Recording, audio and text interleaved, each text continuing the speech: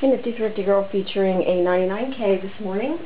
This is just a straight stitch machine, of course. It's 3/4 size. It is tabletop ready, just serviced. Cosmetically, it's in fair condition. It is starting to show crazing on the deck. The decals are in good condition. It does have some paint dings along the front edge. This is your stitch length and your reverse here, and your bobbin winder is on the wheel. Working light back here on the back.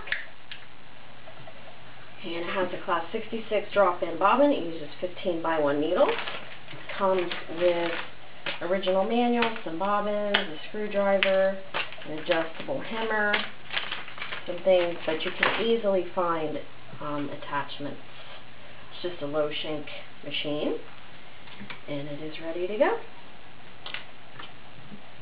Cords are in good shape, not dry rotted.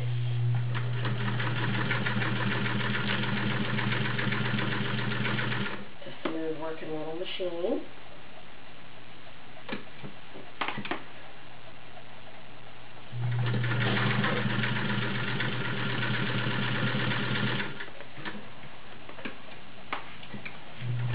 And you can find cabinets for these, but they were specifically made for the 99, so you'd have to look for a 99 3/4 size cabinet.